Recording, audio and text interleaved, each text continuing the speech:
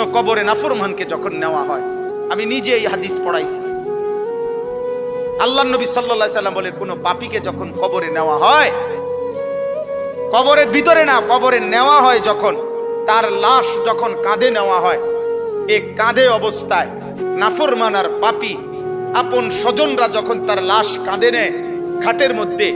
আল্লাহর কসম নবী বলে সে এমন বিকট চিৎকার করে, ইয়া ওয়াইলাতা ইয়া লাইতাহা, হে আফসোস আমার স্বজন, আমার ইলা আইনা কদ্দামতুমুনি,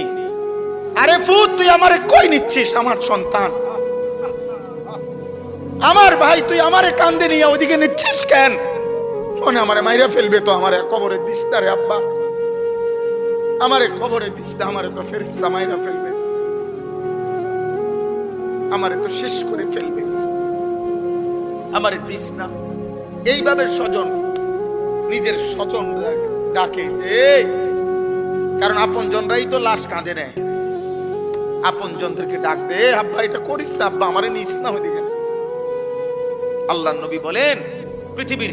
সমস্ত মানুষ যদি একসাথে শুনতো, এক মাঠে দাঁড়াইয়া একত্রে, খোদার কসম নবী বলছে আদম থেকে ইসরাফিলের ফু পর্যন্ত সমস্ত মানুষ যদি এক মাঠে থেকে একবার জীবনে এই পাপীর চিৎকার একবার শুনতো, আল্লাহর নবী বলেন লাসাইকা,